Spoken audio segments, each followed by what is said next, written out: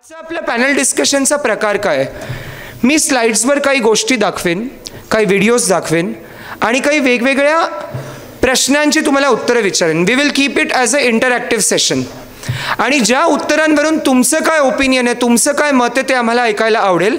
आणि त्याच्यावर आपले तिन्ही पॅनलिस्ट आपल्याला वेगवेगळ्या त्यांच्या प्रतिक्रिया आणि त्यांचे अनुभवाचे बोल सांगतील. आपल्या पहिल्या chief panelist doctor Richa Kamble madam. It is an honour madam की आपण इथे आलायत. मॅडमची 3 ओळख वेगवेगळ्या गोष्टीची सांगतो. मॅडम स्वतः डॉक्टर आहेत. She is doctorate in Marathi but she teaches English.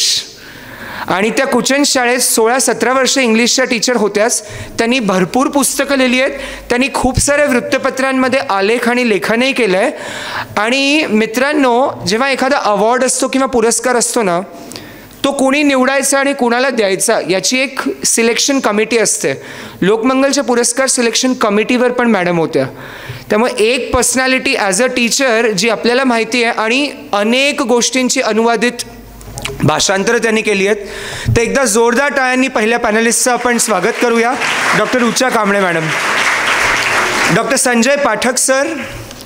Newspaper सगळ्यांना माहिती आहे, सगळे वाचता न्यूजपेपर? आवाज थोडासा मोठा. I think after Smita madam's powerful lecture we should be raising our voices hard and boys and girls both. Newspaper वाचता सगळे? पुढारी न्यूजपेपर माहिती आहे? पुढारी न्यूजपेपरचे chief editor Sanjay Pathak sir. आणि when it comes to journalism आणि पत्रकारितेच्या विश्वाबद्दल आपण बोलतो, पत्रकाराच्या नजरा 4 दिशांनी नाही 10 दिशांनी असतात. 8 दिशा आणि वर खाली प्रत्येक ठिकाणी.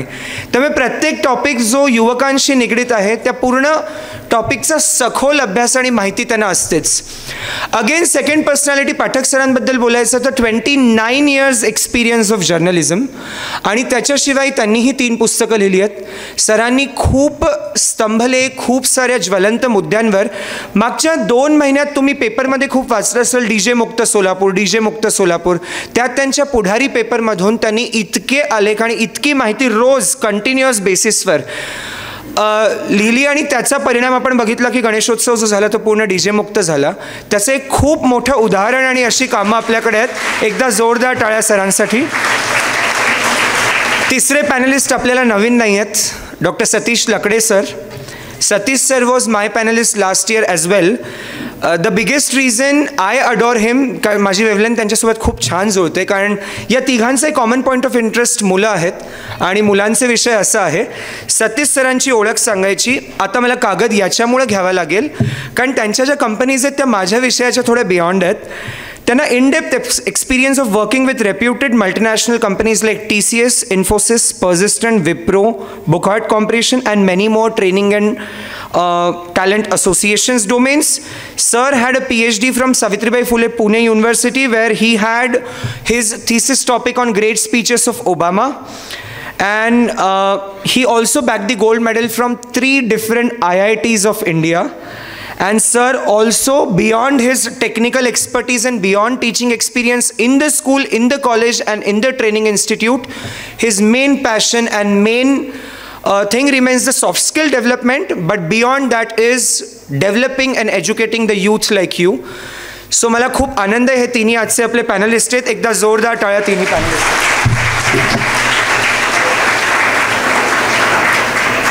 सो पॅटर्न खूप सोपा आहे. I just show you 1 picture 1 video. गुरुकुलच्या मागच्या बॅचच्या मुलांना आयडिया मे बी माहिती असेल. Voice of Smarteens. The whole exercise of युवा स्फूर्ती शिबिर. आपण कशासाठी ती एक्सरसाइज घेतोय? आपण का सगळे भेटलोय? तुम्ही तुमच्या शाळेचा 2 दिवसाचा वेळ सोमवार मंगळवारचा काढून आलात.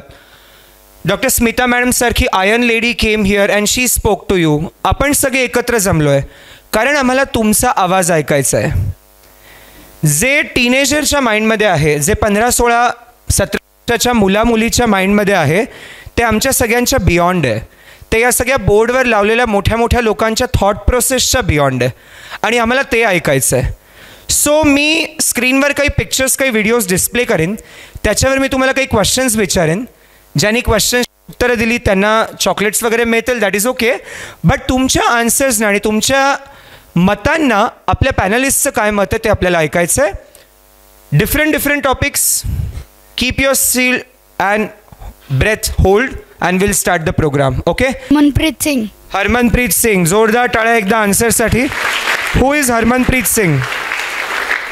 The Indian hockey captain. Indian hockey captain who won Asia Cup last week only. Okay. Now there is one more Harman in one sports. Who's that? Harmanpreet Kaur. She is captain of Indian cricket team and she is the highest run scorer, number 3 in world now after yesterday's match. Okay, my question remains is, kids are very smart. I am expecting की सगळ्यांना ही उत्तरे येत आहेत. We are starting with the basics and interesting. इंडियामध्ये cricket सोडून, male cricket सोडून बाकी स्पोर्ट्सना एवढा का प्रमोशन नाही आहे? किंवा you can tell sir you are telling wrong thing, तुम्ही चुकीचं बोलताय, बाकी स्पोर्ट्स पण आता वर येत आहेत. तर मला तुमच्याकडून हे ऐकायचं आहे आणि आय विल टेक 2-3 ओपिनियन्स की इंडियामध्ये बाकी स्पोर्ट्सना प्रमोशन आहे का? Are we promoting other sports enough? आणि आहे तर का आणि नाही आहे तर का नाही? What are the reasons? Any answers from you? Yes.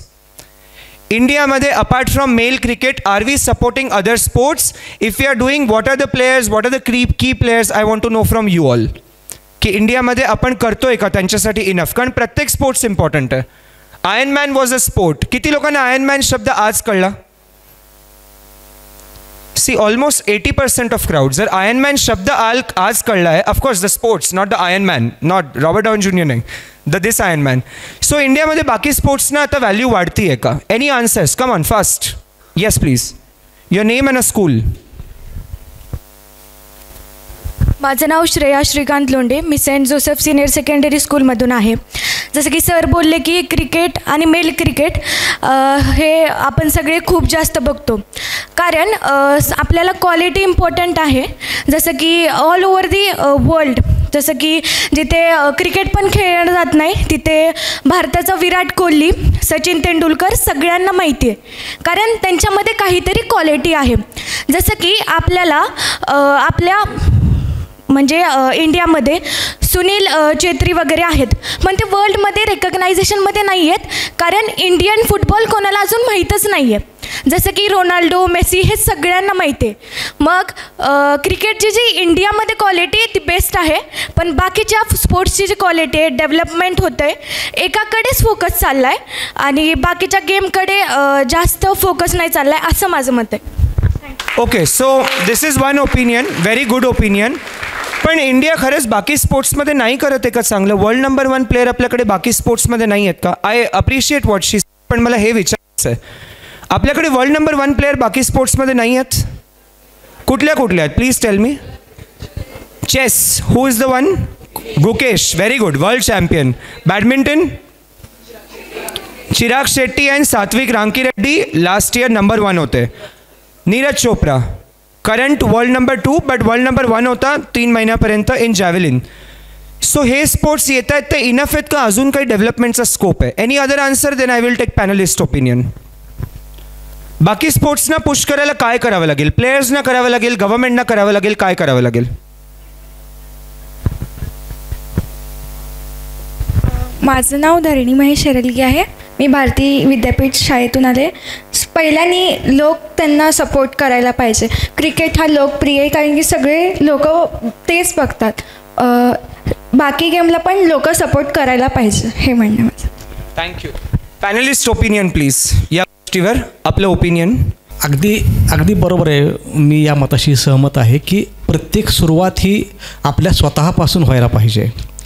प्रत्येक वेळी आपण दुसरीकडे जर का बोट दाखवू लागलो एखाद्या ऑर्गनायझेशनकडे, एखाद्या गव्हर्नमेंटकडे, तर ते कधीच होणार नाही. सुरुवात ही पहिल्यांदा आपल्यापासून व्हायला पाहिजे. मी अगदी साधं सोपं उदाहरण सांगतो. सोलापूरच्या विश्वामध्ये गेल्या 10 वर्षापासून DJ नावाच्या एका राक्षसानं धुमाकूळ घातला होता आणि प्रत्येकजण हेच म्हणत होतं की ते पोलीस कमिशनरनी बंद करावं, कलेक्टरनी बंद करावं, पण ते काही ऐकायला तयार होत नव्हते. प्रत्येक वेळी कायद्याचा आधार घेतला जात होता, कधी पोलीस असेल, कधी गव्हर्नमेंट असेल किंवा कधी संघटना असतील. तर मी त्याची सुरुवात काय केली तर एक सोलापुरातलं विख्यात मंडळ मी हाताला धरलं. पहिल्यांदा त्या मंडळामध्ये मी सदस्य झालो. मी नव्हतो सदस्य, पण मी सदस्य झालो त्यांचा. त्यानंतर त्या मंडळाच्या मिटिंगला मी गेलो आणि त्या दिवशी मी ठरवलं की माझ्याच मंडळात मी त्या मंडळाचा सदस्य झालो ना, माझ्याच मंडळापासून DJ बंदी व्हायला पाहिजे असं मी त्यांना सांगितलं. आणि शेवट काय झालं तर हळूहळू मी जनमताचा रेटा वाढवला आणि आज सोलापूरची दखल राष्ट्रीय मीडियाने घेतली की पहिली सोलापुरातली भारतातली मिरवणूक ही DJ मुक्त झाली. आणि हे फार मोठं यश आहे. हे केव्हा झालं? थँक्यू. तर आत्ता जी ही दीदी म्हटली की प्रत्येक सुरुवात ही आपल्यापासून पाहिजे, प्रत्येक वेळेस लोकांकडे नाही पाहिजे आपण. Ma'am, your opinion please. Other sports in India. अर्थातच पाठक सरांच्या मताशी मी सहमतच आहे, पण त्याच्या जोडीने मला असं सांगावंसं वाटतं की Y cricket, why not Indian sports. तर आपले जे भारतीय खेळ आहेत ते आपल्या हवामानामध्ये आपल्या शरीरयष्टीला आणि आपल्या व्यक्तिमत्वाला उठाव देणारे, त्याचा विकास करणारे असे आहेत. आपण बघतो की कबड्डी लीग जोरात चालू आहे, पण आपल्याला कबड्डी लीग केव्हा प्रेक्षकांमध्ये अभिषेक बच्चन बसला असेल तर आपण फक्त तेवढंच बघतो की हां ऐश्वर्या पण आली बरं का बघायला मॅच त्याची, असं नाही. पण कबड्डी हा भारतीय खेळ आहे. खो खो, अशा मल्लखांब, कुस्तीमध्ये भारताचं नाव खूप मोठं आहे बाहेरच्या क्षेत्रामध्ये सुद्धा. तर मला असं वाटतं की बॅडमिंटन, फुटबॉल वगैरे तर ठीकच आहे, ओके, चांगलीच गोष्ट आहे, तेही टेनिस वगैरे खेळलंच पाहिजे. पण भारतीय खेळ जेव्हा आपण जास्त पुरस्कृत करू तर भारतीय खेळामध्ये तुमच्यासारख्या तरुणांनी भाग घेऊन त्या खेळांचं महत्त्व ओळखून ते जर आंतरराष्ट्रीय पटलावर नेण्याचा आपण प्रयत्न केला तर नुसते स्पोर्ट्स नाही, त्याच्या जोडीने आपली संस्कृतीसुद्धा पुढे जाईल. Thank you madam. Amazing angle. Satish sir, your opinion please. It's a fact that cricket in India is like we eat cricket, we sleep cricket, we drink cricket. So cricket has assumed a huge, gigantic amount of popularity, which is unparalleled if we compare it with other games. It has huge popularity because there are obvious reasons. First is the entertainment, right? So it's a huge entertainment. Yesterday, last evening, we were watching T20 match between India and Pakistan. I think majority of the youngsters were tuned to it. Can you please raise your hands, people who were tuned to yesterday's match? So majority, right? So that tells its popularity. No problem, that's a cricket. It has some history. There was colonial rule and it came with the Britishers, and then we have a legacy for that cricket, isn't it? But we too have other games which are really sidetracked. ते नाही झालं पाहिजे, त्यांना पण आपण वरती आणलं पाहिजे. And it is up to you people, youngsters, that you should also choose volunteer for other games, and the government as well should make equal efforts in terms of funding, in terms of revenue, to see to it that these games come to the same platform. So yes, there is huge popularity for cricket. It's unparalleled, and in its shadow other games are not getting that exposure, but it's we people together as a society, we need to bring it to that level. Thank you. Thank you sir. मी स्वतः एक doctor आहे. I respect my profession. Doctor, engineer, CA, commerce background, Naveen MBA करून businessman, businesswoman. Beyond that टीचिंगच्या प्रोफेशनला एवढी डिव्हॅल्युएशन का आली? टीचिंगला कोणी profession का consider करत नाही आहे? का तुमच्यापैकी बसलेल्या 80% मुलामुलींना वाटतं आहे की मला नीट क्रॅक करायची आहे, JEE क्रॅक करायची आहे, किंवा मला MPSC द्यायची आहे पुढे जाऊन, किंवा UPSC द्यायची आहे? टीचिंग प्रोफेशनचं इम्पॉर्टन्स जे सगळ्यात जास्त महत्त्वाचं आहे, प्रत्येक फील्डमध्ये टीचिंग आहे. There is teaching in engineering, somebody is teaching you in engineering college. मग टीचिंग प्रोफेशनचं इम्पॉर्टन्स भारतासारख्या गुरुकुल पद्धतीच्या देशात का मागे पडलं? Why it receded in India? Your opinions please. Yes. Myself, Arohi Navdeep Lokre from St. Joseph Senior Secondary School. And as we saw the video, we got to know about what is the importance of teaching or being a teacher in life. But nowadays, we all are devaluating that profession. My angle of thinking is because of the emergence of online teaching, because there has been no connection between the student and teacher. So as we have promoting the online teaching, there is no face-to-face or one-to-one connection between the student and the teacher. So the students are not being aware of what a teacher actually is beyond textbooks or beyond the classrooms. She or he is teaching something. So because of this online teaching, I think there is a devaluation of the. Good one point. Any other point की teaching प्रोफेशनला overall का valuation कमी झाली? It is because myself San Sabu from Kerala English Medium School. I think it is because in our culture, it is set in our mind from childhood that being a doctor, being an engineer is superior and it gets a lot of value and success. But no one tells us that being a teacher is also a very important job and it also helps us. That's why.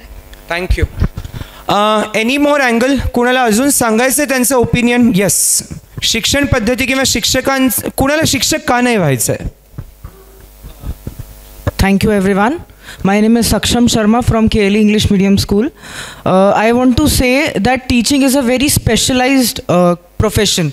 It's a very different angle because अगर कोई doctor है तो वो बाद में teaching कर सकता है, बट अगर कोई टीचर है तो डॉक्टर नहीं बन सकता. That is the problem. So I don't know what is the solution, but I beautiful angle. एकदा जोरदार टाळ्या याच्यासाठी पण. And since we have all 3 panelists who have worked in teaching profession, ma'am, starting from you, your take on this teaching as a profession. These were the angles even I did not think of. मला हे अशा अँगलमध्ये आजची पिढी विचार करू शकते असंही मला वाटलं नाही. तुमचा take madam. Lastly, the student said, anyone can be a teacher, but teacher can't go and be a doctor. Teacher can go and be an engineer. But please remember, all the doctors and engineers are produced by the teacher himself. Whoa. So,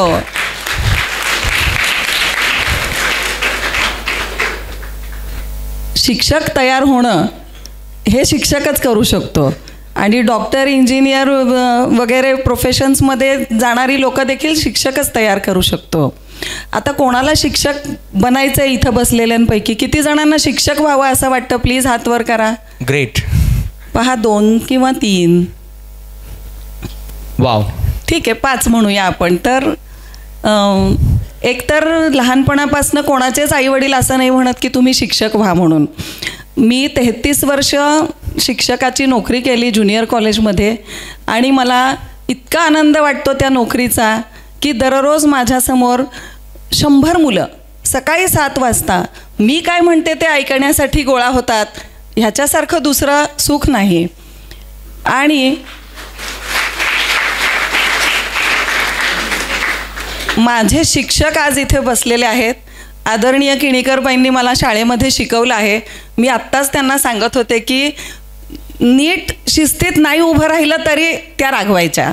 आणि आज मी घरात शिस्तीत नाही उभं राहिलं तरी मला त्यांची आठवण येते की नाही, नीट प्रत्येक बारीक कृतींवर त्यांचं लक्ष असायचं. त्याच असं नाही, शाळेतले सगळे शिक्षक बाई तसेच होते त्यावेळेस. तर आता तुमच्या मनामध्ये लहानपणापासूनच आईवडील असं सांगतात की तू इकडं जा, तिकडं जा, हे करिअर कर. आणि तेवढं ते महत्त्वाचं झालेलं आहे.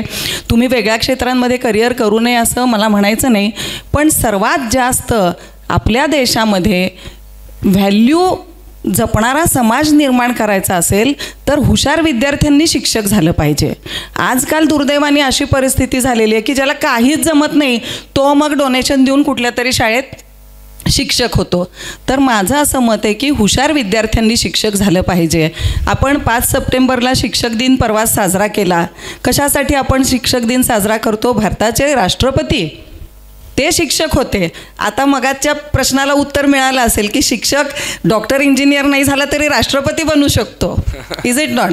तर मला असं म्हणायचं आहे की रवींद्रनाथ टागोरांची एक फार सुंदर कविता आहे की कधी मला वाटेल माझं शिक्षक पण सार्थक झालं तर नका तुम्ही माझे सत्कार करू किंवा नका तुम्ही मला सारखा येता जाता आत्ता ती मुलगी म्हणते तसं गुड मॉर्निंग ह्याचा आदर दाखवू, पण माझ्या नकळतसुद्धा जीवनात चालत असताना तुझ्या अवघड क्षणी एक क्षणभर थांबून जर तुला माझी आठवण आली आणि त्या संकटाच्या अडचणीच्या काळात जर तुला माझं एखादं वाक्य तुझी समस्या सोडवणारं ठरलं, तुला धीर देणारं ठरलं, तर माझा शिक्षक म्हणून जन्म सार्थक झाला. आणि मला सांगायला तुम्हाला अतिशय आवडेल की अशी पावती तुम्हाला इतर प्रोफेशनमध्ये मिळणार नाही. तुम्ही जीवन घडवताय, एक जिवंत व्यक्तिमत्व तुमच्या हातात दिलेलं आहे की ह्याला मोल्ड करा, ह्याला कसं हवं तसं बनवा. आता ऑनलाईन शिक्षणाच्या मुद्द्याकडे येते की तिने तिच्या मुद्द्यामध्ये स्वतःचं उत्तर देखील बरोबर सांगितलं की there is no interaction, face to face interaction नाही आहे ऑनलाईन टीचिंगमध्ये.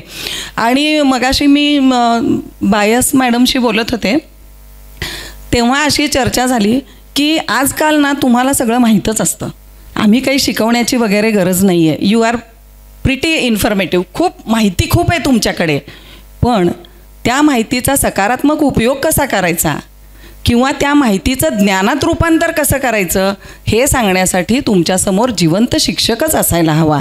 आणि तुमच्यामध्ये सहिष्णुता, दया, क्षमा, सहवेदना, समोरच्याचं दुःख समजून घेण्याची वृत्ती, हे सगळं रुजवण्यासाठी आपल्या जीवनामध्ये शिक्षकाचं स्थान अत्यंत महत्त्वाचं आहे. जर आत्ता तुमच्या सुयश गुरुकुलमध्ये जी सर्वोत्तम शाळा आहे तिथं शिकवणाऱ्या शिक्षकांनी जे अत्यंत केपेबल आणि एलिजिबल आहेत त्यांनी जर असा विचार केला असता की काय करायचं आहे सुयशमध्ये शिकवून, मी होतो ना इंजिनियर, मी होतो ना डॉक्टर, तर मग तुमच्या आईवडिलांनी तुम्हाला कुठल्या शाळेत घातलं असतं? बरोबर ना. त्यामुळं कृपा करून तुम्ही पुनर्विचार करा. मी कोणाला असं म्हणत नाही की तुम्ही शिक्षक व्हा, मी कोणाला असा सल्ला देत नाही की तुझं स्वप्न तू सोडून दे आणि तू आता शिक्षक बन बरं का रे, कारण हे फारच ग्रेट प्रोफेशन आहे, असं नाही आहे.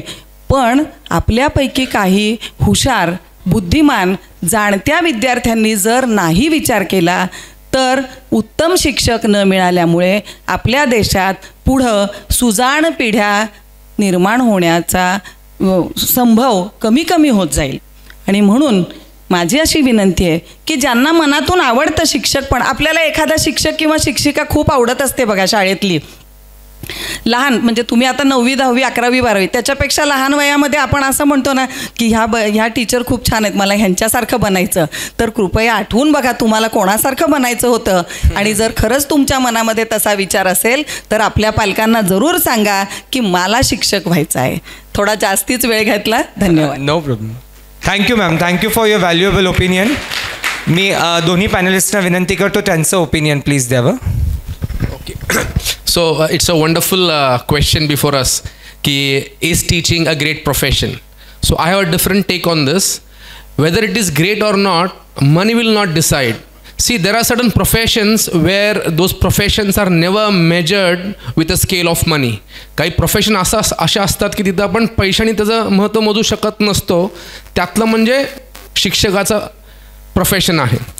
So see, there are lot of avenues available for you people, right? So what can make teaching profession big, greatest is your mindset. So people who have a great mindset, they will choose teaching. I'm repeating this. What will make teaching great is your mindset. And people who have a great mindset, people who have a larger view, people who look at society as his family, and people who would like to change and develop his country, his nation, those great people, those great minds would volunteer for teaching profession. And I do have one such living example here, and that great mind is my teacher, my guru Nana. A big hand for him. We all know, see, Nana had options like you have options. तुमच्याकडे पण options आहेत, engineer, doctor, teacher, काय व्हायचं. Nana too had a great option, lot many great options with him because he is IIT topper.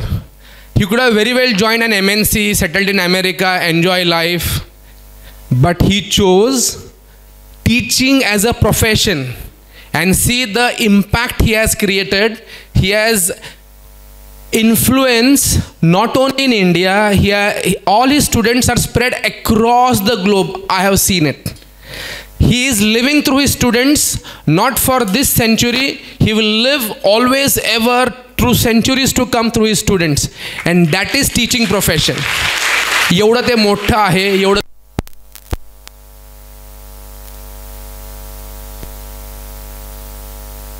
people go for it, and it is great people who inspire people. See, it was Socrates who brought a revolution. In Indian situation, we had lot many acharyas, isn't it? It was Arya Chanakya who made emperor, who made India, isn't it? So this is Dr. APJ Abdul Kalam, who was on this campus. He was a great teacher. So teaching is a great profession. You cannot measure it by money. You can measure it by your mindset. Thank you so much.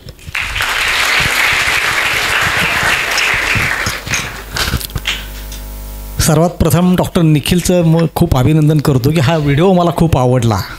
इतका छान video हा आहे की अप्रतिम. Number 2 असं की तुम्ही आत्ता 3 स्टुडंट जे बोललात ते तुमचा आउट ऑफ बॉक्स विचार जो म्हणतो ना तो खूप मला आवडला. तुमचा माइंडसेट एक वेगळ्या पद्धतीने विचार करतो आहे ते मला फार आवडलं. तिसरं आता थोडंसं मी या दोघांच्या आदरणीय मान्यवरांपेक्षा थोडंसं माझं मत वेगळं आहे, मला माफ करा, परंतु वस्तुस्थिती दाखवणं हे पत्रकाराचं संपादकाचं काम आहे. कालच संडे होता आणि एका राजकीय पक्षाचे प्रमुख आम्ही भेट ठरली होती हॉटेल बालाजी सरोवरमध्ये. सध्या शिक्षक आमदार पदाची निवडणूक लागलेली आहे.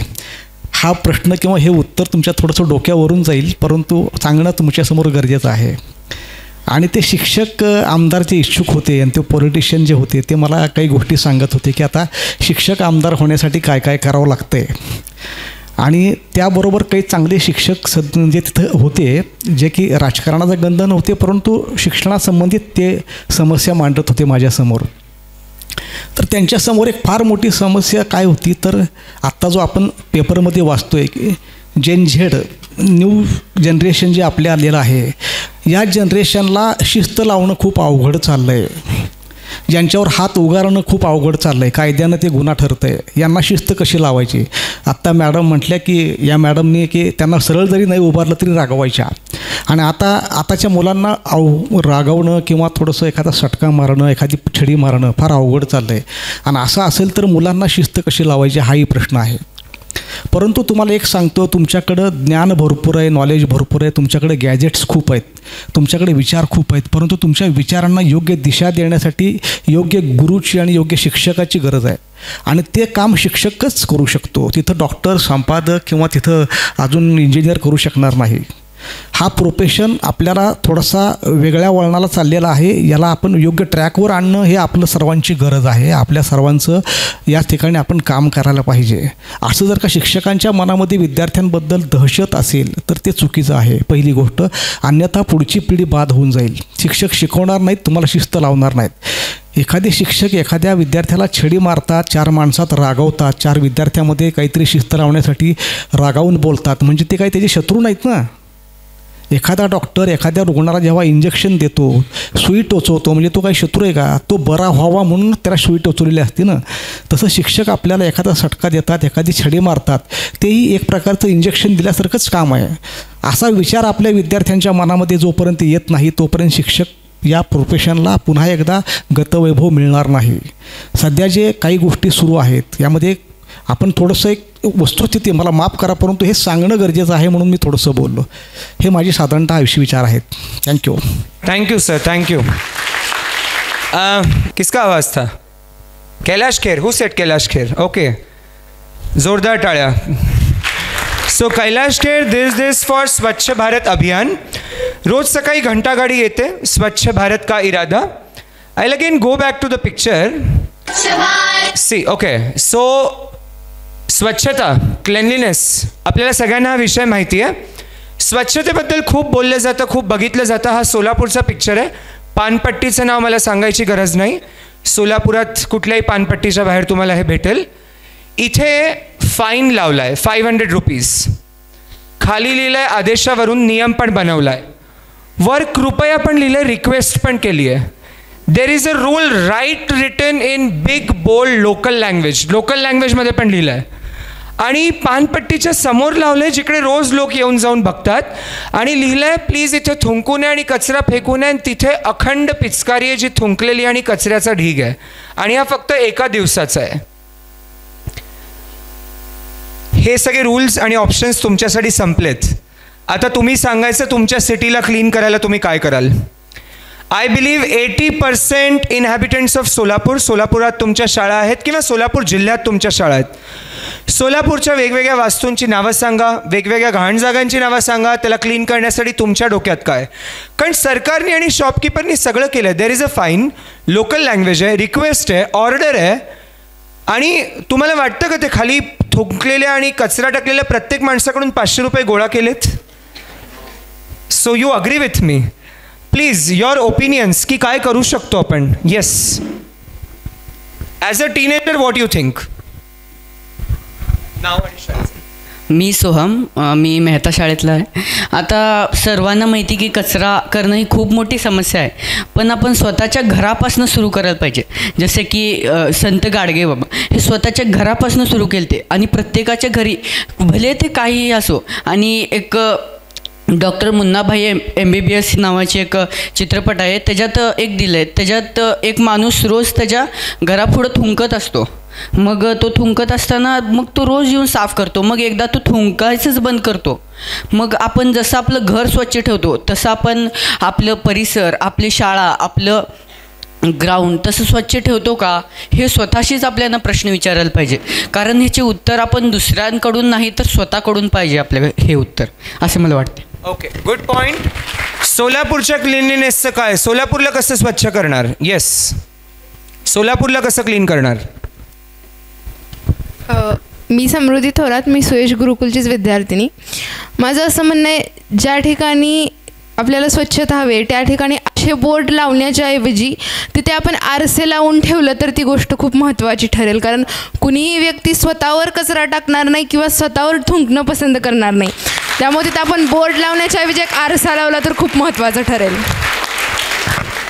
Brilliant point. आत्ता एक पिक्चर आला होता ज्यात अशी आरस्याची आयडिया वापरली होती. कुठला पिक्चर आहे, कोणाला आठवतो का? मराठी पिक्चर आहे.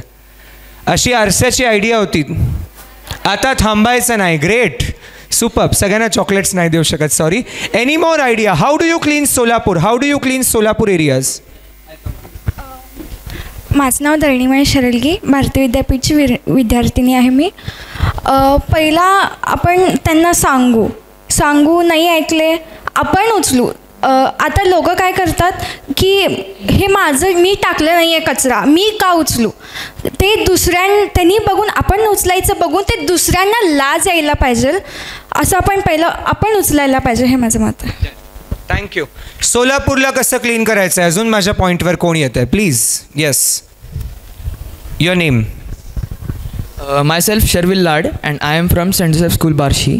सो मला एक सांगायचं आहे की या पिक्चरमध्ये आपल्याला दिसतं आहे की लोक पानपट्टीच्या समोर असं खाऊन जे थुंकतात त्याच्यामुळे त्यांना डिसीज होतात आणि आपलं एन्व्हायरमेंट आहे ते पण खराब होतं. मग आपण जर या डिसीजेसबद्दल जास्त अवेअरनेस पसरवला अजून आणि त्यांना सांगितलं की लाईक टबॅको कन्झम्पशन आणि जे आहे हे जर आपण कमी करायचं त्यांना सांगितलं तर लोक ते खाणारच नाहीत, आणि ते खाल्लं नाही तर ते लोक थुंकणारही नाहीत. आणि मग पानपट्टी असू द्या किंवा बाकी काही असू द्या, मोस्टली खूप कॉमन आहे हे, आपण सगळीकडे बघू शकतो.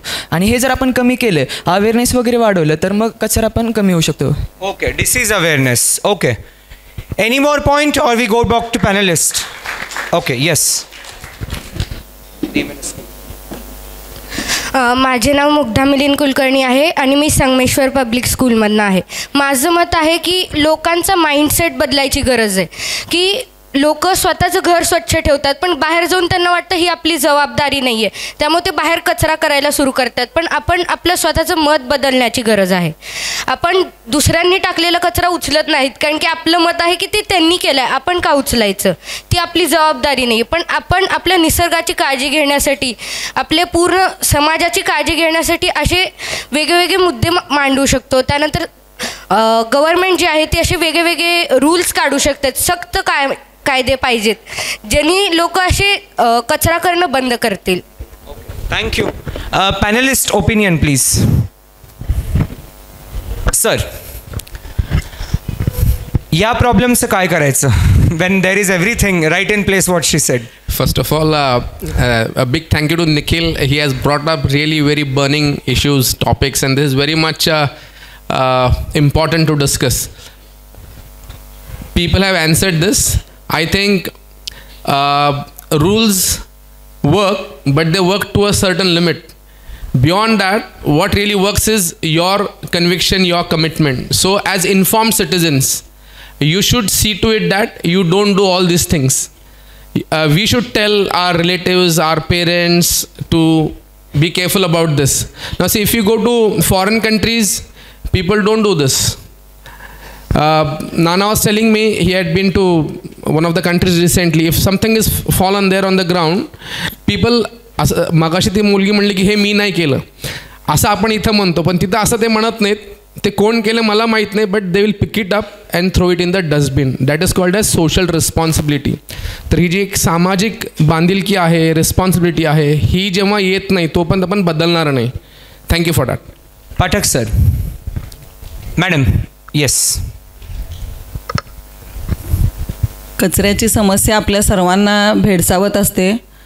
आपल्या अंगणात जर शेजाऱ्यांनी कचरा टाकला तर आपल्याला शेजाऱ्याचा खूप राग येतो, खूप म्हणजे खूपच राग येतो आणि भांडणच होतं. पण आपण बसमधनं ट्रिपला चाललो आणि जाता जाता चॉकलेट खाऊन खुशाल खिडकीच्या बाहेर फेकून देतो, मग आपला राग का नाही आहेत? इथून आपण विचार करूया. टीनेजर्ससाठी बोलायचं तर मला पुन्हा एकदा शाळेकडे आणि भूतकाळाकडे जायला आवडेल. आता अशा स्पर्धा होतात की नाही मला माहिती नाही, पण जेव्हा मी शिकत होते तेव्हा आमच्या शाळेमध्ये स्वच्छ दप्तर स्पर्धा असायची. प्रत्येकाने आपलं दप्तर स्वच्छ ठेवायचं. खूप जणांच्या दप्तरामध्ये ते खूर केलेलं पेन्सिलचं, वाया गेलेली पेनं, रिफिलं, असं काय काय. तर स्वच्छ दप्तर स्पर्धा, आपल्या दप्तरातला कचरा आपल्या वर्गातल्या डस्टबिनमध्येच टाकायचा. मग स्वच्छ वर्ग स्पर्धा, असे टप्प्याटप्प्याने आमच्या शाळेत तयारी घ्यायची. आणि मग त्यावेळी सोलापुरात स्वच्छ शाळा स्पर्धासुद्धा झालेली होती. तर शाळेतून असं बाळकडू मुलांना जर दिलं की स्वच्छता, माझ्या दप्तरातला कचरा डस्टबिनमध्ये. आता काही शाळांमध्ये तुम्ही गेलात तर कमालीचे स्वच्छ वर्ग आहेत आणि काही शाळांमध्ये प्रचंड कचरा साठलेले वर्ग आहेत. कचऱ्यातच उभं राहून शिक्षक शिकवत असतात. तर हा जो क्लीनलीनेसचा मुद्दा आहे तो शाळेतच मुलांच्या मेंदूत घुसला पाहिजे की माझं दप्तर स्वच्छ, मी स्वतः स्वच्छ, माझा वर्ग स्वच्छ, माझी शाळा स्वच्छ, माझं घर स्वच्छ, आपोआपच माझं गाव स्वच्छ होईल. Thank you madam. Brilliant idea. खूप छान. मला हा विषय खूप आवडला. खरोखर गरजेचं आहे. आपले पंतप्रधान नरेंद्र मोदीसुद्धा म्हणतात, आपले राष्ट्रपिता महात्मा गांधीसुद्धा म्हणायचे की बाबा गावाकडे चला किंवा आपला परिसर स्वच्छ राखा. पण ही जबाबदारी जशी शासन व्यवस्थेची आहे तशी आपल्या सर्वांची पण आहे. तुमच्यापैकी काही जण शेगावला गेले असतील बघा, शेगाव गजानन महाराजांचं. तर तिथं तुम्हाला जागेवर कचऱ्याचा म्हणजे कागदाचा तुकडासुद्धा दिसत नाही. तर अशा वेळेस तिथं दुसरा माणूस ॲटोमॅटिक तिथून काहीतरी इन्स्पायर घेतो, प्रेरणा घेतो आणि तिथं तो अजिबात कचरा करत नाही. त्याच्या हातात जे काय कचऱ्याचं असेल टाकायचं तो बरोबर त्या डस्टबिनमध्ये नेऊन टाकतो. तर तशा स्वरूपाचं आपल्याला काही करता येईल का? यासाठी सजग नागरिक अभियान म्हणून आपण काही करणार आहोत का टीनेजर्स, याचा सुरुवातीला विचार करणं गरजेचं आहे. आणि खरोखरच याची सुरुवात आपल्या स्वतःपासून करावी असं मला वाटतं. आपण ज्या परिसरामध्ये राहतो त्या परिसरातली कचराकुंडी सध्या नाहीशी केलेली आहे महानगरपालिकेनं. आणि त्या ठिकाणी श्री स्वच्छोभा प्रसन्न असं महापालिकेनं एक डायलॉग दिला होता, मध्यंतरी रांगोळी काढली होती, श्री स्वच्छोभा प्रसन्न. आणि सगळ्या ठिकाणच्या कचरा कोंडाळ्या गोळा केलेल्या होत्या. आणि त्या बदल्यात सोलापूर परिसरामध्ये जवळपास 450 ते 500 घंटा गाड्या सध्या रोज दिवसा आणि रात्री मिळून फिरत आहेत. मग सकाळी 450-500, संध्याकाळी 450-500 गाड्या, म्हणजे सरासरी 800-900-1000 गाड्या दिवसभरात सोलापूर शहरापुरत्या फिरत आहेत. तरी रस्त्यावर कचरा का पडतो? तर आपण थोडंसं या संदर्भात आपण जागरूकता आणली पाहिजे. आपण स्वतःपासून, स्वतःच्या घरापासून, गल्लीपासून, चाळीपासून, आपल्या कॉलनीपासून सुरुवात केली पाहिजे. आणि वारंवार सांगून जर का कोण ऐकत नसतील तर महापालिकेमध्ये यासाठी स्वतंत्र विभाग आहे, त्याचे उपायुक्त आहेत रवींद्र पवार. त्यांच्याकडे तुम्ही तक्रार करू शकता. ते येऊन त्या अधिकाऱ्याला, त्या घराला संबंधित किंवा त्या कॉलनीला ताकीद देतील. आणि नाही जर का ऐकलं तर त्यांना दंड पण केला जातो, हे तुम्हाला माहीत पाहिजे. तर महापालिकेमध्ये तशी व्यवस्था आहे आणि आपण आपल्यापासून ती सुरुवात करूयात. Thank you. Thank you sir. Thank you. Whoever knows which ad was this? Very sentimental ad, very important. Yes. Jaguar, no Jaguar, please. Very much desi ad. Bisleri, no? Yes. No Jaguar, no Bisleri. 3 chocolates will increase the bet. Okay. Hindustan Unilever ही एक कंपनी आहे. Actually डिस्क्रिप्शनमध्ये ते येत होतं म्हणून मी लगेच पुढचा बटन दाबलं. It was very much I could not edit it. Hindustan युनिलिव्हरने जेव्हा ही ॲड केली 2021मध्ये नॅशनल प्राईज मिळालं इन फीचर फिल्म ॲड असून पण याला फीचर फिल्म म्हणून प्राईज मिळालं. It is very loud and clear the message. पूरा गांव नहा चुका, पूरे आधे गांव ने पानी पी लिया, पर एक शहर वाले का नहाना ख़त्म नहीं हुआ. इट इज़ नॉट अबाउट शहर, गांव, विलेज. गावातल्या प्रत्येक ठिकाणी 80% घरं एअर कंडिशन्ड आणि विथ शॉवर आहेत. So it is not about village and city anymore. मला तुमच्यापैकी ऐकायचं आहे 1 ते 2 लोकांचं मत जे स्वतः पाणी वाचवण्यासाठी काही करताय. Being a teenager, this can be a googly question, पण स्वतः काही करताय.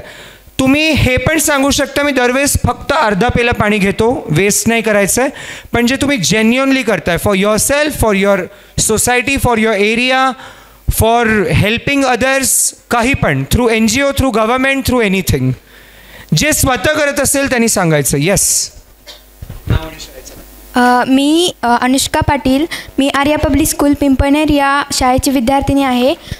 मी दरवर्षी फाउंडेशन म्हणजे आमच्या शाळेत जिल्हा परिषद एक शाळा आहे ती फाउंडेशनला जाते, मग त्यांच्यासोबत मीही जाते. दरवर्षी असतं ते. आणि आमच्या गावाच्या शेवटी एक जंगल आहे, तिथे ते दरवर्षी फाउंडेशन करतात आणि त्यांच्यासोबत मीही जाते त्या फाउंडेशनला. आणि फाउंडेशनचं काम काय? ते पाणी वाचवण्याचा प्रयत्न करतात गावासाठी. ग्रेट. जोरदार टाळ्या एकदा. Anyone who is doing yourself working for NGO? Yes.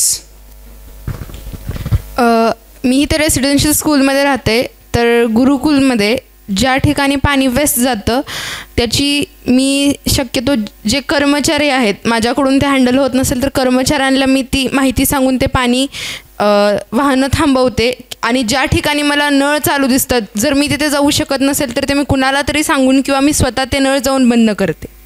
Okay. Make aware others. Okay. Anyone what you are doing personally for saving the water?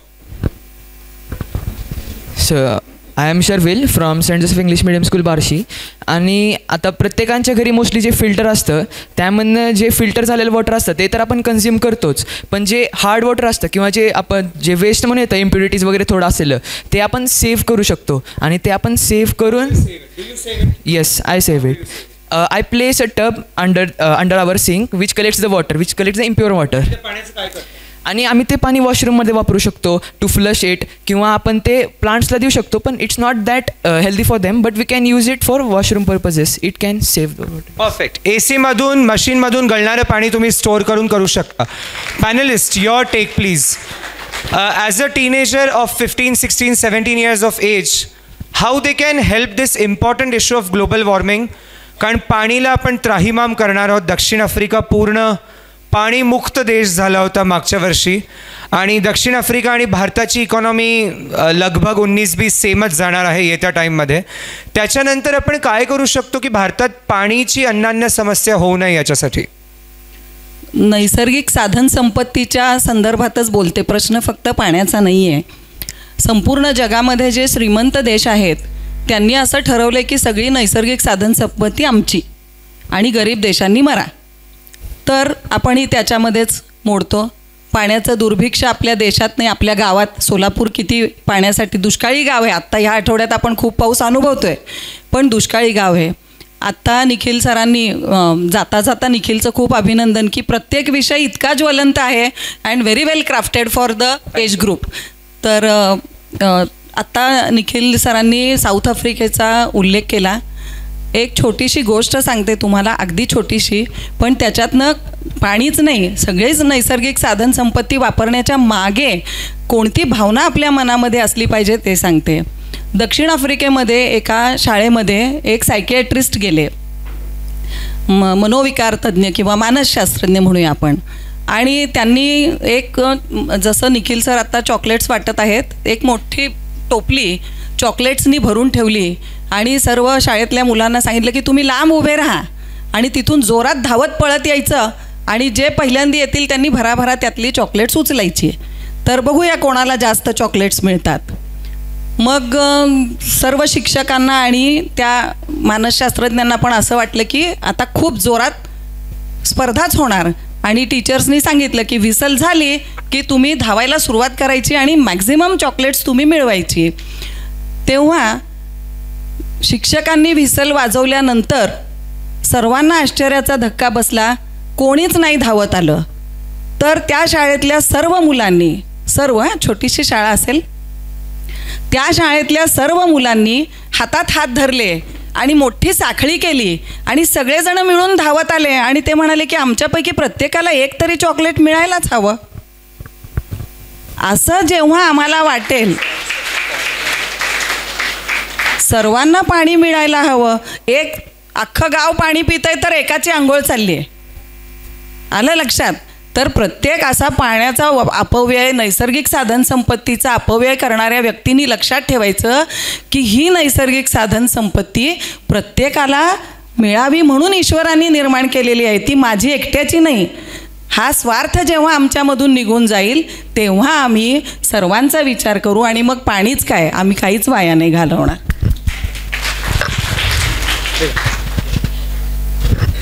So yes sir, it is said ki water is equal to life. So wasting water and not looking after it and not taking care of it is like we are spoiling our future. So we need to give a clean future, and if we need to give a clean future, we need to understand ki we need to conserve water, we need to use it properly, and all this data is now available online. You can just Google it out ki how much optimum utilization of water is required per person, and accordingly you can ration it out. So it starts at individual level. So every individual should see to it that I use water responsibly, as madam said. So that is how we should do it. And what we learn, this is all in the textbooks. What we learn in the school, it has to be applied. If you apply it, we'll definitely be able to conserve water. No problem about it. Thank you. Rationing of water, right sir? बढिया, चांगला मुद्दा आहे. थोडंसं तुमची परवानगी घेऊन थोडंसं विषयांतर करतो. जाहिरात मला खूप आवडली आणि मी थोडं फ्लॅशबॅकमध्ये गेलो. माझं जर्नलिझमची एक्झाम झाली होती आणि एक्झामसाठी प्रवेश होता, म्हणजे शाळेमध्ये प्रवेश होता जर्नलिझमच्या कॉलेजमध्ये. आणि तिथं कसं होतं की त्या कॉलेजमध्ये प्रवेश घेण्यासाठी अगोदर इंटरव्ह्यू असायचा आणि 3 लोकांचं पॅनल होतं. एक नॉर्थ इंडियन मॅडम होत्या आणि 2 जेंट्स होते आणि ते प्रश्न विचारायचे वेगवेगळे. बाबा जागतिक अमुक तमुक संघटनेचे कोण, भारताचे संरक्षण मंत्री कोण, अमुक कोण तमुक कोण, असं विचारायचे. आणि बरेच जण तिथं फेल व्हायचे. तर ते माझ्यापर्यंत जेव्हा पाळी आली, आता हे एवढे अवघड प्रश्न विचारत होते की ते शक्यच वाटायचं नाही कुणाला तिथं प्रवेश मिळणं वगैरे. मग मी म्हटलं, त्या नॉर्थ इंडियन मॅडमने मला विचारलं प्रश्न की बाबा तुम्हाला काय आवडतं, तुम्ही टी व्ही पाहता का? म्हटलं हो पाहतो म्हटलं. मग दुसऱ्या माणसाने लगेच विचारलं की तुम्हाला त्यातलं काय आवडतं? तो रामायण महाभारतचा काळ असावा बहुतेक. मग सगळ्यांनी कोणतरी बातम्या, तर जर्नलिझमला प्रवेश घ्यायचा म्हटलं सगळेजण म्हणजे बातम्या वगैरे म्हणणार ना. मी म्हटलं मला जाहिराती आवडतात म्हटलं. आणि तर त्यांनी पटकन वर बघितलं, त्यांनी मला बोलले की जाहिराती कसं काय तुम्हाला आवडतात म्हटलं. ते म्हटलं त्यात काही टेन्शन नसतं म्हटलं, पटकन संपतं आणि काहीतरी नवीन संदेश असतो आणि नवीन काहीतरी आपल्याला नॉलेज मिळतं. तर हा गमतीचा पार्ट सोडा, त्यातनं माझा प्रवेश फायनल झाला. बाकीच्यांचं काय, बाकी कसं आहे ते काही अवघड प्रश्न होते, ते काय मला विचारले असते तर कदाचित आली नसते, कारण मी तुमच्यासारखाच आगाव होतो, फारसं काय अभ्यासात हुशार नव्हतो, आजही नाही आहे. आणि मला तुमच्यासारखे काय नाना असतील किंवा मॅडम असतील असे काही चांगले शिक्षक मला काही उपलब्ध झाले नाही त्यावेळेस. ग्रामीण भागात नाव आहे मी. तर दुसरा विषय असा की हा पाण्याचा जो इश्यू आहे, तर या संदर्भात मी स्वतः एका दुसऱ्या वर्तमानपत्रामध्ये असताना मिशन घेतलं होतं. साधारणपणे 1 वर्षभर मी त्याच्यावर काम केलेलं आहे पाण्यासंदर्भात. तर सोलापूरमध्ये किती पाऊस पडतो आणि त्यातलं पाणी किती वाया जातं याचं पूर्णपणे आकडेवारी त्यावेळेस वर्तमानपत्रातून मांडलेली आहे. आणि त्यावेळेस मी सगळ्याच कॉलनीला, सगळ्याच टॉवर म्हणजे अपार्टमेंटला असं आवाहन केलं होतं की प्रत्येकाच्या टॉवरवर प्रत्येकाने आपापल्या टॉवरचं सगळं जे पाणी आहे पावसाचं ते साठवण्याची व्यवस्था करा. मोठे पाण्याच्या जमिनीच्या खाली मोठे हौद करा आणि ते पाणी स्टोरेज करा. आणि नसेल तर ते पाणी तुमच्या बोरमध्ये रिसायकलिंग करा. आणि या संदर्भात मी त्यावेळेस काही NGO माझ्याबरोबर होत्या, महापालिकेचं व्यवस्थापन माझ्याबरोबर होतं, जिल्हा प्रशासन माझ्याबरोबर होतं आणि त्यांच्या माध्यमातून मी हे सगळं केलं. तर आता मी तुम्हा सर्वांना टीनेजर्सला एवढं सांगू इच्छितो की तुम्ही प्रत्येकजण ज्या घरामध्ये राहता, ज्या अपार्टमेंटमध्ये राहता, त्या अपार्टमेंटच्या वार्षिक निधीतून फार काही नाही, थोडासा खर्च येतो, 4-5 हजार रुपये खर्च येतो फक्त, परंतु रेन हार्वेस्टिंग प्रत्येकाने केलं पाहिजे असं मला स्वतःला वाटतं. दुसरी गोष्ट, आपण पूर्ण बाटली, आता मी प्रामाणिकपणे सांगतो, मला पाणी प्यायचं आहे पण पूर्ण बाटली पाणी मी पिऊ शकणार नाही, तर उरलेलं पाणी वाया घालवायचा मला अधिकार नाही. आत्ता या मॅडम म्हटल्या तसं की आपण जी गोष्ट तयार करू शकत नाही ती वाया घालवायचा आपल्याला अधिकार नाही, म्हणून मी ती पाण्याची पूर्ण बाटली फोडलेली नाही. या दोघांपैकी कोणतरी पाणी पिईल, त्यातलं उरलेलं पाणी मी पिणार आहे. का तर पाणी वाया घालवायचं नाही, ही स्वतःपासून मी केलेली सुरुवात आहे. तर आपण स्वतःपासून सुरुवात करूयात. Right. Thank you so much. Which is the country currently which is restricting water to India? Anyone? One country which is जे पाणी युद्ध ऑलरेडी छेडलेलं आहे त्या देशांनी, आणि जसं मॅम म्हणाल्या जे श्रीमंत देश आहेत त्यांना वाटतं प्रत्येक गोष्ट माझी आहे, माझ्या बापाची आहे. China with what river? China does not get a chocolate. China काय करतंय नेमकं? Yes, anyone? What is China doing? Yes. आपल्या देशात जी ब्रह्मपुत्रा नदी येते, मग त्यावर ते दुनियाचं सगळ्यात मोठं डॅम बांधतायत. कारण आता जेव्हा आपण आता इंडियामध्ये, कारण तिकडं सर्वात कठीण प्रदेश आहे आणि त्यांनी पाणी सोडले तर आपल्या युद्धाची परिस्थिती असल्यावर त्यांनी पाणी सोडणार आणि आपलं म्हणजे पूर्ण जे आर्थिक आपली वित्त हानी होणार. आणि हे विचार करतात की आणि आपण पाणी साठवलं तर आपल्याकडं कामाला येईल, आणि अगर युद्धाची वेळ येईल तर आपल्याला त्यांना मारायला पण येईल नाही, म्हणजे ठेवायला पण येईल. ते असं विचार करतात. ग्रेट. चायना हे काम ब्रह्मपुत्रा नदीवर करते त्यांच्या यांगत्से नदीला मोठं करण्यासाठी, which is costing that 25% of economy. ती कोणाला माहिती आहे? वरच्या कोणी? I can throw the chocolate, not a problem. Anyone? Okay. हा व्हिडिओ मी कशासाठी दाखवला? माझा फेवरेट आहे. माझे मामा लागतात. कोण लागतात? काय? एनीवन? हे कोण होते? हे दोन्ही सेम माणसं का दिसत आहेत? Anyone above you? Okay, the first to the upper okay. Anyone? दोन व्हिडिओ काय आहेत? सेम माणूस आहे का? काय केलंय मी? सिनेमॅटोग्राफीचा कोर्स केलाय मी. काय केलंय? Anyone? Yes, I can hear it out loud. Yes. Shashi Tharoor. Okay. आणि हे दोन काय आहेत शशी थरूर? ओके, दोन Shashi Tharoor. Anyone? Come on, why two Shashi Tharoor? Mr. Shashi Tharoor is Honorable Member of Parliament of Indian Government. Why are the two Shashi Tharoor standing there? Shashi Tharoor speaking to Shashi Tharoor. Yes, okay. Sir, yes. Anyone answering or we'll ask our own teachers? Original Shashi Tharoor आहेत आणि त्यांच्या शेजारी त्यांची AI image आहे. That is the artificial intelligence image. That is not real Shashi Tharoor. Shashi Tharoor represents which constituency of India? Yes. Thiruvananthapuram. Great. Good going. Big round of applause. जे उत्तरं देतात ना त्यांना आपल्यापेक्षा थोडं माहिती असतं जास्त, त्यामुळे उरलेल्या लोकांनी टाळ्या वाजवायला हरकत नाही आहे. Okay. So Shashi Tharoor belongs to Trivandrum or Thiruvananthapuram constituency of Kerala, and he represents Indian National Congress party. Who is our local MP? Who is our member of parliament? Solapur constituency. Yes. Tell me. Everyone knows the answer.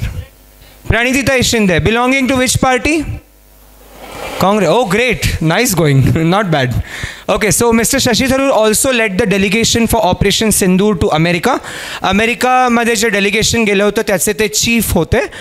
Of course, it was an all-party delegation, so leading and the opposite both parties went. AI. When all of you, the brilliant 450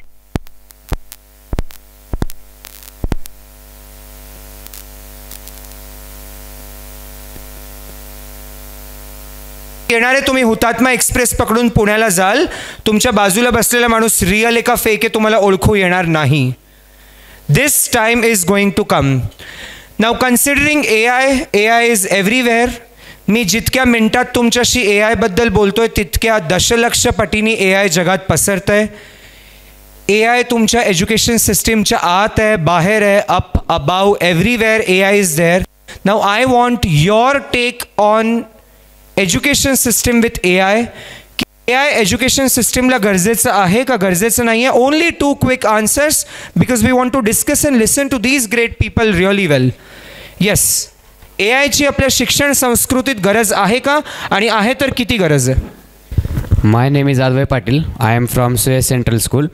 So what I think is AI is necessary in our study system, but there are certain limits to which we should use it.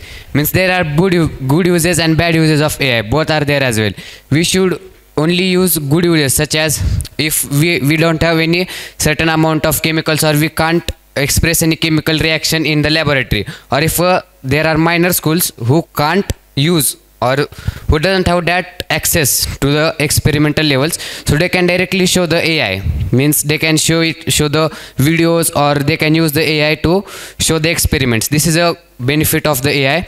And even there are many of the disadvantages, like means if there is a certain AI or e-learning available in a school, then many of the students, what they will do, they will ask the teachers that we want to go to the e-learning, can you please take us to the e-learning? And when they will go to e-learning, they will misuse the e-learning. They will not use it for the educational purposes or many of the things. They will say that, sir, please, today is one day, we want to watch movie, we are provided with e-learning. So these kinds of things should not happen. So these are the advantages and disadvantages of AI.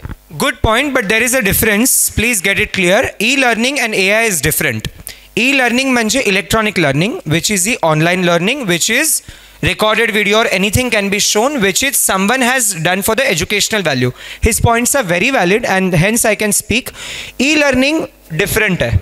E-learning म्हणजे electronic learning, simple language मध्ये. So what teacher cannot speak, a machine will speak for you. AI misuse is something what he's saying, त्याला फक्त continue करतोय. AI कडून तुम्ही कुठलीही माहिती घेता त्याला ऑथेंटिफिकेशन नाही राहत. ती रिअल आहे का फेक आहे ते नाही कळत. Yes, your take. And then we go back to panelists. Yes. Hello, नमस्कार. माझं नाव बलदीप सागर आळंगे. मी मेहता प्रशालेतून आहे. मला वाटतं की AI हे खूप महत्त्वाचं आहे, कारण की AI हे एक प्रकारचं विचार आहे. आणि आपल्या सर्वांना माहिती आहे की जर आपल्याला शास्त्रज्ञ बनवायचं आहे तर आपल्याला विचार लागतात. मग ते विचार जे आहे ते आपल्याला AIपासून भेटू शकतात. पण AIला अंगीकृत करणे हे बरोबर नाही. किंवा कारण आपण जेव्हा AIशी आपण दिवसभर फक्त AI करत राहिलो तर आपले विचार मरतील. आपल्याला विचार घडवायचे आहेत आणि आपल्याला विचारांना पेरायचं आहे, विचारांना मारायचं नाही आहे. हे महत्त्वाचं आहे. म्हणून मला AIचा अशा प्रकारे आपण उपयोग करायला पाहिजे असं वाटतं. Okay, last point and I will go back to sir. Yes. According to my perspective, using AI is just like holding a fireball in our hand. So it gives us light, but there are many disadvantages of it. It can burn our hand too. My perspective is that AI is not much important. So when the human's brain will work, human brain are also having much capacity, and means we can beat AI, and AI is not always necessary for us. Thank you. With limit of time, I will come with AI question again. AI was my question in last year as well because AI is everywhere. I will start with sir. सरांनी पुढारीमध्ये 1 जानेवारीला AI in all medical fields, heart, cardiology, ophthalmology, teeth, dentistry, every field of AI, he had sum up with all the articles in Solapur and periphery. आणि त्यांनी AI वर अख्खी पुरवणी छापली होती. अख्खा लेख, अख्खा अंक जो होता तो AI वर होता. So I will start with your take on AI, sir.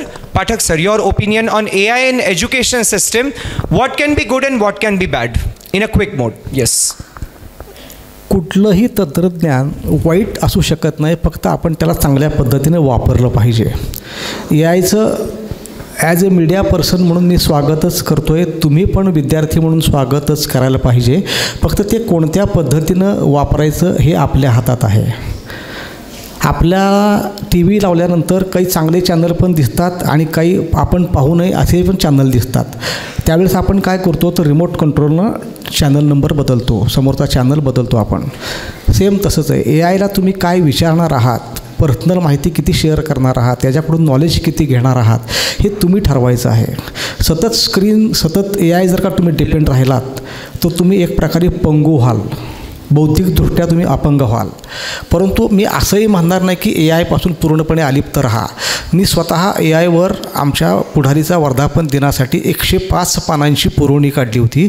आणि ए आय आपल्या जीवनातल्या प्रत्येक घटकाला, शिक्षण क्षेत्र असेल, वैद्यकीय क्षेत्र असेल, कुठलेही सर्व क्षेत्रामध्ये ए आयचा कसा प्रवेश आहे, तो कसा हितकारक आहे आणि तो कसा अहितकारकसुद्धा आहे, अशी दोन्हीही पद्धतीची मांडणी केली होती. आणि त्या पार्श्वभूमीवर वालचंद कॉलेजमध्ये एक मोठं सेमिनार पण झालं होतं. त्या सेमिनारला जवळपास महाराष्ट्रातल्या विविध संस्थांमधले 55 ए आयवर काम करणारे शास्त्रज्ञ तिथं उपस्थित होते. आणि त्या सर्वांनी ती पुरवणी वाचली, त्यातली पुरवणी त्यांनी घेऊन गेले. तर मला सांगायचं आहे काय की ए आय वापरूयात आपण, परंतु त्याचं लिमिटेशन आपण ठरवायला पाहिजे. त्याच्याबरोबर मी तिथं एक चांगलं वाक्य बोललो, मग तिथल्या सर्व शास्त्रज्ञांना आवडलं की शक्य झालं तर आपण स्क्रीनपासून दूर राहूयात का, पुस्तक असेल, वर्तमानपत्र असेल, यांच्याशी आपण बोलूयात का, किंवा एखाद्या टीचरना, मॅडमना, सरांना आपण आपल्या प्रश्न समस्या विचारूयात का, हे अधिक चांगलं होईल असं मला वाटतं. Yes, Satish sir, your take on AI in educational field, but with the soft skill development also, how AI can be useful? Very good question, Nikhil. Now see, AI and education. The first question which comes to our mind is, will AI replace teachers? So my take on this is, now I'm into soft skills. I do a lot of soft skill training across colleges in Maharashtra. So the training which we are imparting in soft skills is also available online. So there are a lot of AI tutors now. So we do have a lot of AI tutors, and these examples are very much known to you. There's also one AI tutor. I would say there are a host of AI tutors which are training students in English communication. Understood? So yes, there are AI teachers, it's a fact, and the number is going to increase, but they will never ever replace teachers. The reason is, teacher is a living person. Feelings like empathy, okay, then the natural intelligence, all this are owned by a living person, which is not there in an AI. Great. Empathy is a very good human value which is never ever present in a AI tutor, in a AI teacher, but that is definitely there in a teacher, and that is the reason why that human connect is not there in AI tutors, and it's always there in a human teacher. And so that is the fact that AI tutors, yes, they are going to take some portion of our revenue. Now I am into soft skills. Now some portion of my revenue is not being given to me. There are certain modules which the college says, okay, now this will be done by AI tutors. Let them do it. Yes, they will take some portion of it, but they will not entirely replace teachers. That's a fact. Okay, so yes, what AI can complement is it can help a teacher in administrative job like taking the attendance, then marking the marks, grading and all. That can become very very easy with the help of AI tools, isn't it? But they can never ever replace a teacher. Fine. Right. Thank you so much, sir. AI is emotionless, and that is true. मी भाषेची शिक्षिका असल्यामुळे तंत्रज्ञानाशी कमी अवगत आहे आणि त्यातले algorithm आणि अमुक तमुक मला काही फारसं समजत नाही. पण जसं सर आत्ता म्हणाले की ए आयला इमोशन्स नाही कळत, ए आय येणार म्हणून आपण घाबरून जाण्याचं कारण नाही. A I is artificial intelligence it is a product of created by our intelligence. आपल्या इंटेलिजन्समधनं ए आय तयार झाला आहे, त्याला कशाला घाबरायचं. A I is nothing but our intelligence. आपण इंटेलिजंट आहोत म्हणून, म्हणजे आपल्यामधले जे संशोधक लोक आहेत त्यांनी ए आय तयार केला आहे. या ठिकाणी मला सत्यजित राय यांची एक अनुकूल नावाची गोष्ट आठवते. रोबो, आपल्याला असं वाटत होतं की रोबो येणार, किती आले रोबो, किती ठिकाणी तुम्ही पाहता रोबो, काय जनरल मार्केटमध्ये दिसायला लागले का तुम्हाला. कम्प्युटर्स आले तेव्हा पण असंच म्हटलं गेलं की आता नोकऱ्या जाणार, पण कम्प्युटर चालवायला माणूस हवाच की, नाही का. आणि आता एज्युकेशन फील्डमधल्या ए आयचा जेव्हा आपण विचार करतो आहोत तर ए आयमध्ये ही कपॅसिटी नाही आहे की समोरच्या एखाद्या गरीब मुलाचं दुःख मला कळतं आहे, त्याला आई नाही आहे, त्याला मी जवळ घेते आणि म्हणते की अरे रडू नकोस मी आहे ना. असं नाही आहे आई तुम्हाला म्हणणार. तर तुम्हाला शिक्षिकाच जवळची वाटेल, सरच जवळचे वाटतील आणि ते सर आणि टीचर तुम्हाला शिकवतील की AI कसं वापरायचं आहे. त्यामुळं AI मोठा बाऊ करण्याचं कारण नाही. जसं वेगवेगळं संशोधन पुढं येत जाईल तसं तसं ते आपण घेतलंच पाहिजे, ते आपण शिकलंच पाहिजे, ते आपण आपल्या आयुष्यात वापरलंच पाहिजे. पण मूलभूत मानवी भावना आणि सामाजिक मूल्य ह्यांची तडजोड कधीच तंत्रज्ञानाबरोबर करायची नाही. एवढं जर विद्यार्थी म्हणून आपण लक्षात ठेवलं तर कोणत्याही तंत्रज्ञानाच्या दुरुपयोगाकडे आपण कधीच जाणार नाही. धन्यवाद. We realize the importance of this topic. Chintu Chandigarh में बैठ के क्या बोलता है, आपको क्या फ़र्क पड़ता है? Trolling, bullying happens everywhere, every step of your life, with me, with you, with a lady, with a male, with any person who do not fall into any category, any living being. So trolling is everywhere. And there is no question I am going to ask. This video is specifically just for letting you know, even if school, anyone is bullying you around, कोणी तुम्हाला त्रास देत आहे, कोणी चिडवत आहे, ही बुटकी आहे, ही उंच आहे, हा काळा आहे, तो ढापण्या आहे, राईट? प्लीज कन्सिडर आम्ही सगळे या युवा स्फूर्ती शिबिराचे सगळे शिक्षक, सगळे आयोजक, आम्ही या संवेदना समजतो. We understand your feelings, we understand the value of this point and we resonate this exists and we address it very carefully and cautiously. मी तिन्ही मान्यवरांना विनंती करतो की आता जो नवीन पद्धतीने अधोरेखित हा मुद्दा आजकालच्या काळात होतो आहे की शाळेतल्या आयुष्यात जो एक ट्रोलिंग आणि बुलिंगचा विषय आहे. Who is this actress by the way? Not the right one, the left actress on the left. Come on, she is given amazing movies to Indian film industry. Yes, Richa Chadda. Okay, I forget you for Chadda. Richa Chadda, she is the actress, and this is the real feminism. A woman supporting woman on other platforms is a real feminism. This is also, I believe, Vishayantar hoil. About this school bullying, yeah, thank you to these two. Okay, school bullying बद्दल किंवा school life मध्ये जे bullying आहे, your take sir. I start from you. Okay, first of all, thank you Nikhil for choosing a wonderful topic. This is a very common malpractice I would say. एकदम वाईट सवय जी काही मुलांमध्ये आणि मुलींमध्ये देखील असती. Bullying means what? Bullying means you're troubling, insulting by using some pressure tactics so that his morale, his confidence goes down, and you're doing this at the cost of his self-esteem. You're putting him down. You're giving him a very, very inhuman treatment. A human treating another fellow in a very unhuman way, very bad. मी तर असं म्हणेन की हे प्रत्येक क्लासमध्ये, प्रत्येक शाळेमध्ये असे एक दोन लोक असतात जे बुलिंग करत असतात. करायचं नाही, because there is Newton's third law of motion. What you do, it comes back to you.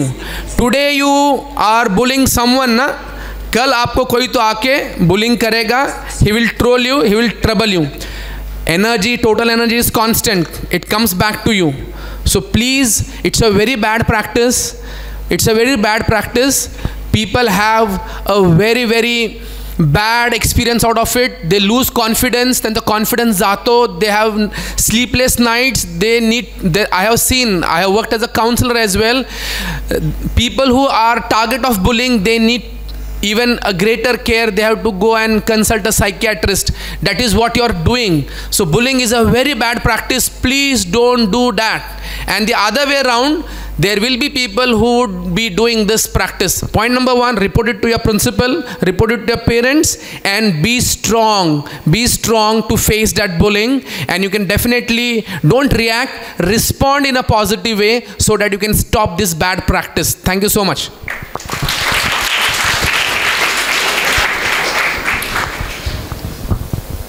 शाळेमध्ये होणारं बुलिंग प्रत्येकाच्या वाट्याला या ना त्या रूपाने येत असतं. तर जसं आत्ता सरांनी सांगितलं, बी स्ट्रॉंग.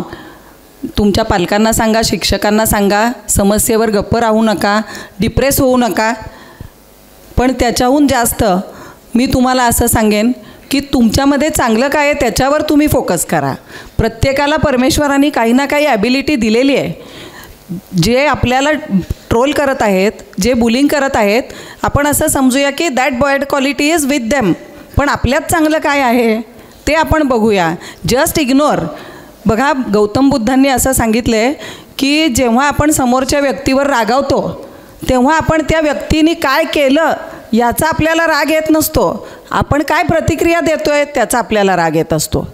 आपण चिडतो ना, आपला पारा चढतो, तर आपल्याला राग येण्याचं कारण काय आहे? आपली प्रतिक्रिया रागाची आहे. तर सर्वात उत्तम मार्ग, वाईट गोष्टींकडे दुर्लक्ष करा.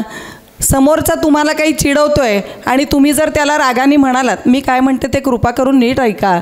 समोरची व्यक्ती, समोरचा तुमचा मित्र किंवा वर्गात ज्याच्याशी तुमचं पटत नाही असा विद्यार्थी, किंवा नाही का जराशे वांड विद्यार्थी असतात, तो विद्यार्थी तुम्हाला काय म्हणतो आहे ह्याच्यावर तुम्ही जी प्रतिक्रिया देता त्याच्यावर त्याचं यश अवलंबून आहे. त्यांनी तुम्हाला चिडवलं आणि तुम्ही चिडलात, तुम्ही रागावलात, तुम्ही रडायला लागलात, तर he is successful in his bullying. Don't make him successful. त्याला विजयी होऊ देऊ नका.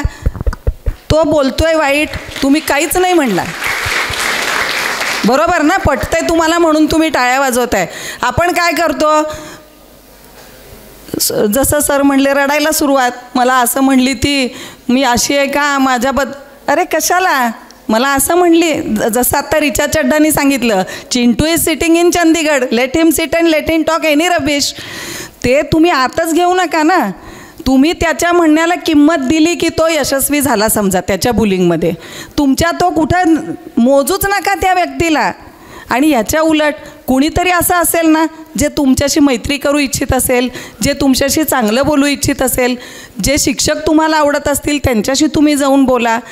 गौतम बुद्धांनी असं सांगितलं आहे की your reaction matters.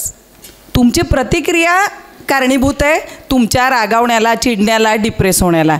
So don't react. ज्या वाईट गोष्टी आहेत त्याच्यावर रिॲक्शन देऊ नका. बुलिंग करणाऱ्या विद्यार्थ्यांना त्यातून प्रोत्साहन मिळतं. पण म्हणून दुर्लक्ष करून गप्प बसू नका. तुम्हाला त्याचा त्रास होत असेल तर जसं आत्ता सरांनी सांगितलं, तुमच्या मित्रमैत्रिणींना सांगा, ते तुमच्या बाजूने उभे राहतील. ते रागावतील त्या गुंड विद्यार्थ्याला, गप्प बस रे, ही माझी मैत्रीण आहे, हा माझा मित्र आहे, ह्याला चिडवायचं नाही. पिअर ग्रुप्सचं जास्ती पडतं. नाही, शिक्षकांशी बोला. आईवडिलांना तर सगळं सांगायचं. आईवडिलांना शाळेत काय होतं ते सगळं सांगायचं. कोणी तुम्हाला त्रास देतं, कोणी तुम्हाला आवडतं, तुमचं काही चुकलं, तुमचं कोणी कौतुक केलं, घरी गेल्यानंतर आईवडिलांना जे विद्यार्थी सगळं सांगतात ते कधीच दुःखी नसतात. काय होईल, आपलं काही चुकलं असलं तर दोन मुस्काडीत बसतील, ठीक आहे ना, आपण चुकलं म्हणून मार खाल्ला समजायचं. पण जितकं तुम्ही लपवाल, जितकं तुम्ही आतल्या आत कुढाल, तर ते तुमच्यासाठी चांगलं नाही. आणि म्हणून बुलिंगला तोंड देत असताना जर तुमच्या आवाक्याबाहेर ती गोष्ट चालली असेल, दुर्लक्ष करून समोरची व्यक्ती गप्प बसत नसेल, तर तुम्ही जरूर मदत घ्या. लोक मदत करतात. आपण मदत घ्यायला घाबरतो. आपल्याला असं वाटतं की मी हे कसं सांगू, लगेच सांगून टाकायचं. आपल्याला ज्या व्यक्तीबद्दल विश्वास वाटतो त्या व्यक्तीला विश्वासात घेऊन लगेच सांगायचं. आणि त्याच वेळी मी अशी आशा करते की इथं बसलेल्यांपैकी कोणीही बुलिंग करत नसेलच, पण करत असाल तर कृपया स्वतःच्या मनाला आवर घाला. लोकांना त्रास देऊ नये. सर जसं म्हणाले तसं त्या त्रासाचं कुठंतरी प्रायश्चित्त फेडावं लागतंच. आणि म्हणून जिथं आपलं मन सरळ तिथं आपण सगळ्या गोष्टी सरळपणानेच घ्यायच्या. मला बुलिंग होतं आहे याचा राग समोरच्याला दिसू द्यायचा नाही. जो चिडवतोय त्याला दुर्लक्षून मारा, म्हणजे तो आपोआप गप्प बसेल. Thank you madam, thank you so much. Time starting from Pathak sir. I am sorry, I am shooting with 5 minutes extra, but will start one. नवीन संसद वास्तू, नवीन बिल्डिंग, नवीन स्मारकं, मोठमोठ्या राष्ट्रपुरुषांची स्मारकं, याची आपल्या देशाला खरंच गरज आहे का? आणि मुलांच्या ओपिनियननुसार हां कुणाला तर बिलकुल गरज नाही आहे तिन्ही नवीन बिल्डिंगची. You can be very frank in answering. अशा नवीन बिल्डिंगची आणि अशा इकॉनॉमिक वेस्टेजची आपल्या देशाला गरज नाही असं कोणाकोणाला वाटतं? Okay, so no point in asking further questions to anyone. Sir, from you, Pathak sir, या तिन्ही बिल्डिंग्सपैकी कुठल्या बिल्डिंगची आवश्यकता असते? त्याला काही सेग्रिगेशन असतं का? आणि खरंच नवीन वास्तूंची आपल्या देशाला आणि नवीन पर्यटन स्थळांची आणि भव्य दिव्य इमारतींची गरज आहे का? This is our last question of the segment. Please pay careful attention before you resume for the lunch. मगाचा मुद्दा थोडासा परत कंटिन्यू करतो, ट्रोलिंग आणि बुलिंगचा. Yes sir. तो थोडासा राहिला होता. तर ते मी स्वतः सांगतो तुम्हाला की मी जेव्हा संवेदनशील विषयावर किंवा राजकीय विषयावर, तर तेव्हा मलासुद्धा मोठ्या प्रमाणात बुलिंग आणि ट्रोलिंग केलं जातं, खूप मोठ्या प्रमाणात केलं जातं. कुणाला विचार पटतात, कुणाला पटत नाहीत. म्हणून मी लिहायचं थांबलो का? अजिबात थांबलो नाही. तर या निमित्तानं मी तुम्हाला एकच सांगेन, अनुल्लेखानं मारा, दुर्लक्ष करा आणि माफ करा.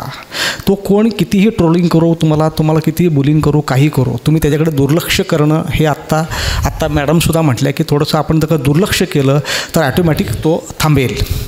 दुसरा विषय, आता डॉक्टर निखिल म्हटले तसं, ह्या अशा ज्या वास्तू असतात, हा आपला अभिमान असतो, हा देशाचा अभिमान असतो आणि जागतिक पातळीवर आपल्या देशाची प्रतिमा, भव्यता आणि एकूणच आपल्या देशाची प्रगती उंचावणारा, आलेख दर्शवणारा तो एक मेमोरियल असा एक इव्हेंट असतो. अशा पद्धतीचं जेव्हा सरदार वल्लभभाई पटेलांचं स्मारक जेव्हा तिथं उभा केलं, तर तेव्हा जगाचे डोळे विस्फारले गेले होते. यापूर्वी फक्त अमेरिकेचा स्टॅच्यूज फक्त सर्वात उंच गणला जात होता, पण त्याही उंच आपण हे उभा केलेलं आहे. आपली जी पार्लमेंट आहे तिथं फक्त पूर्वी 548 लोक बसण्याची व्यवस्था होती. आता या नवीन पार्लमेंटमध्ये जवळपास 722 लोक बसणार आहेत, म्हणजे जवळपास 200-250 त्याची कॅपॅसिटी वाढलेली आहे.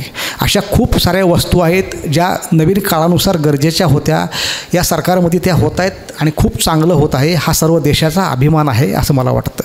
Thank you sir, thank you so much. Any last one yes, take? We require these monuments, these statues, because they symbolize India's power, India's culture, and they bind us together and they send a strong message to the entire world. So we require them. Thank you.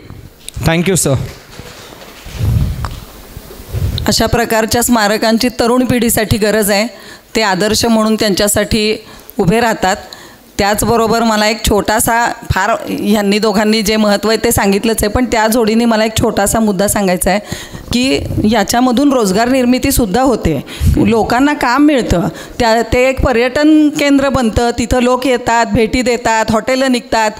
पुढं जी बेशिस्त होते त्याला आपण आवर घालूया, परंतु याच्यामधनं रोजगार निर्मितीसुद्धा होते. शिल्पकारांना काम मिळतं, तिथं गवंडी मजूर. आता हा स्टॅच्यू ऑफ युनिटी बघायला जेव्हा मी गेले होते तेव्हा तिथं अजून काम चालू होतं.